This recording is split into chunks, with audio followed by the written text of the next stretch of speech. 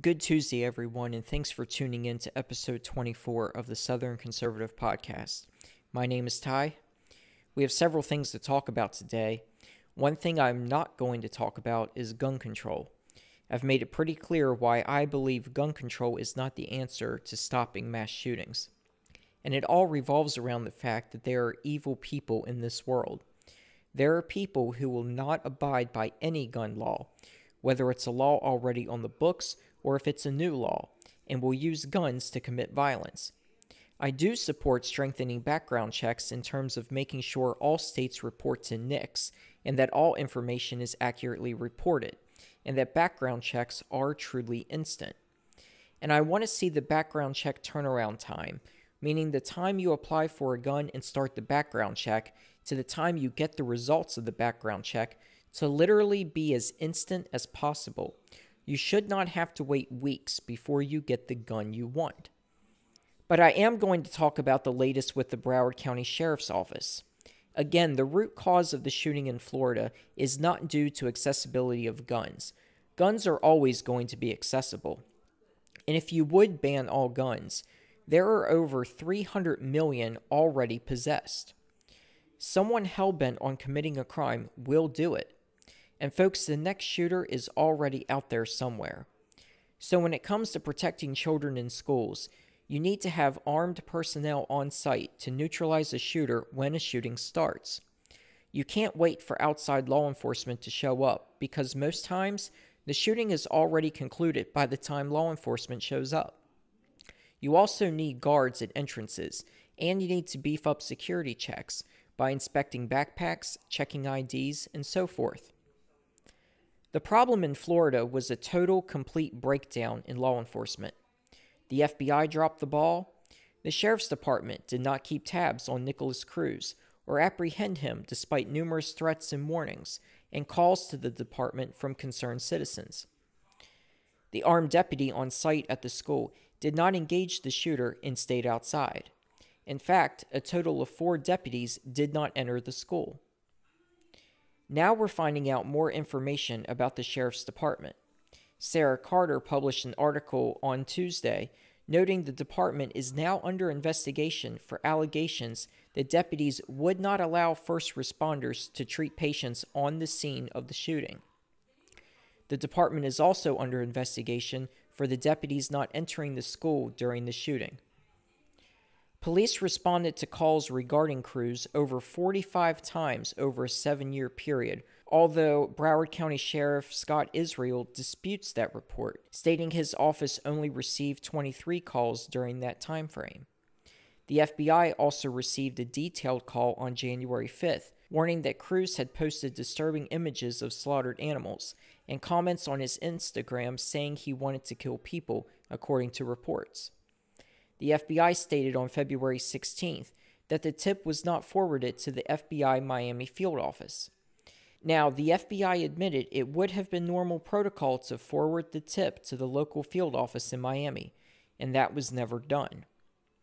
According to Sarah Carter, there are more than 66 investigations by the Broward County State Attorney's Office into Broward County Sheriff's deputies and employees, ranging from drug trafficking to kidnapping since 2012, according to a 2014 Brady list produced by the Broward State Attorney's Office.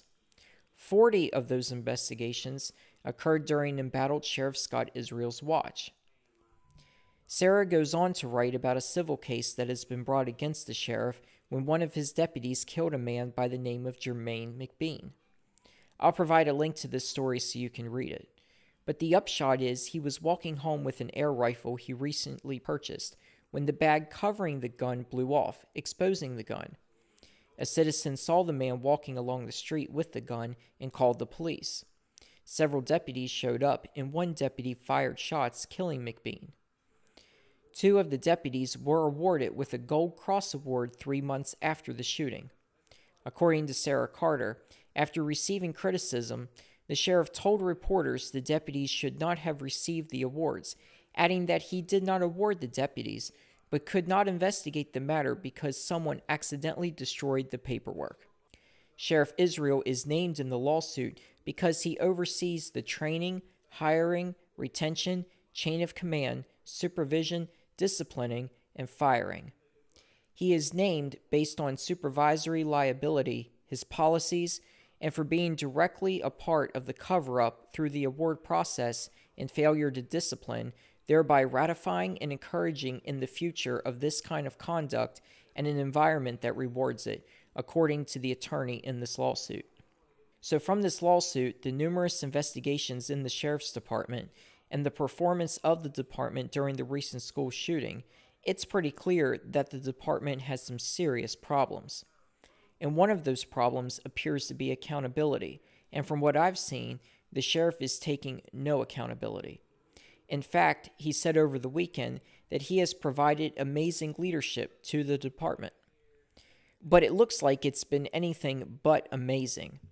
The Sheriff's Department in Broward County has some serious problems that need to be investigated, especially the actions of the deputies during the school shooting. There should be a complete review within the department over what the correct response should have been during the mass shootings, and it's pretty obvious what the correct response should have been. And frankly, this sheriff needs to go. If more information comes out, we'll discuss it. I want to remind everybody to please check out the Facebook page. Go to facebook.com/Southern Conservative. That's facebook.com/Southern Conservative. There you will find links to conservative news articles on stories you may not hear about in the mainstream media. Plus, if you follow the news feed, you will find links to the daily podcasts. Be sure to also subscribe to the YouTube channel. You'll be notified every time a new podcast has been posted. New podcasts are posted daily, Monday through Thursday. Well, President Trump scored 3 big victories on different fronts today. First, Attorney General Jeff Sessions announced the Department of Justice Inspector General would investigate FISA warrant abuse. The Inspector General's office certainly has been very busy lately. His office discovered the text messages between Lisa Page and Peter Strzok and was successful in uncovering the missing text messages after the FBI said they could not be retrieved. The Inspector General is also expected to come out with a report next month detailing the FBI's handling of the Hillary Clinton email investigation. And now Sessions tells us that there will be an investigation into how the FBI was able to obtain FISA warrants on Carter Page. Then there were 2 court rulings handed down today. The first came from U.S. District Judge Gonzalo Curiel. You might remember, this is the judge Trump had criticized as possibly being biased on immigration decisions due to his Mexican heritage. However, this judge ruled against officials in California challenging the president for waiving environmental laws in order to begin construction on the border wall. So the president can proceed on border wall construction. No doubt there will be an appeal. Of course, it will be appealed to the Ninth Circuit Court, and there's a good chance the ruling could be overturned, so stay tuned for that. The Supreme Court also handed down a ruling today dealing with detention hearings for immigrants. The court ruled 5-3, with Elena Kagan recusing herself from the case, that immigrants who are detained for removal proceedings can be held indefinitely and are not entitled to a bail hearing. The majority opinion was written by Sam Alito and joined by John Roberts, Anthony Kennedy, Clarence Thomas, and Neil Gorsuch. The dissenting opinion was written by Stephen Breyer and joined by Sonia Sotomayor and Ruth Bader Ginsburg. Alito wrote that the statute governing these detentions does not provide for bail hearings for immigrants. He also said the government's authority is clear, saying that detention during the proceedings gives time for immigration officials to determine an immigrant's status, without the threat of the immigrant absconding or engaging in criminal behavior before a final decision has been made. The appeal came from the Ninth Circuit, in which they had ruled that immigrants may receive a hearing every 6 months to challenge the legitimacy of their detention. The ruling comes about because of the perceived notion of multiple interpretations in the statute, and when there are multiple interpretations, you need to err on an interpretation that avoids constitutional problems. The majority said the word detained is cut and dried. Stephen Breyer, who wrote the dissent, said detain could simply mean restrain, which could mean all sorts of restrictions other than confinement. So detain could mean getting bail. Alito argued that just because you spot a constitutional problem does not mean the court has the power to rewrite the law. If only we had more judges that realize it's not their role to write laws or legislate from the bench. Now, the court did throw the case back to the lower court to decide the constitutionality on the matter. So there could be a future ruling from the Supreme Court depending on how the lower court rules. Well, folks, that's it for today.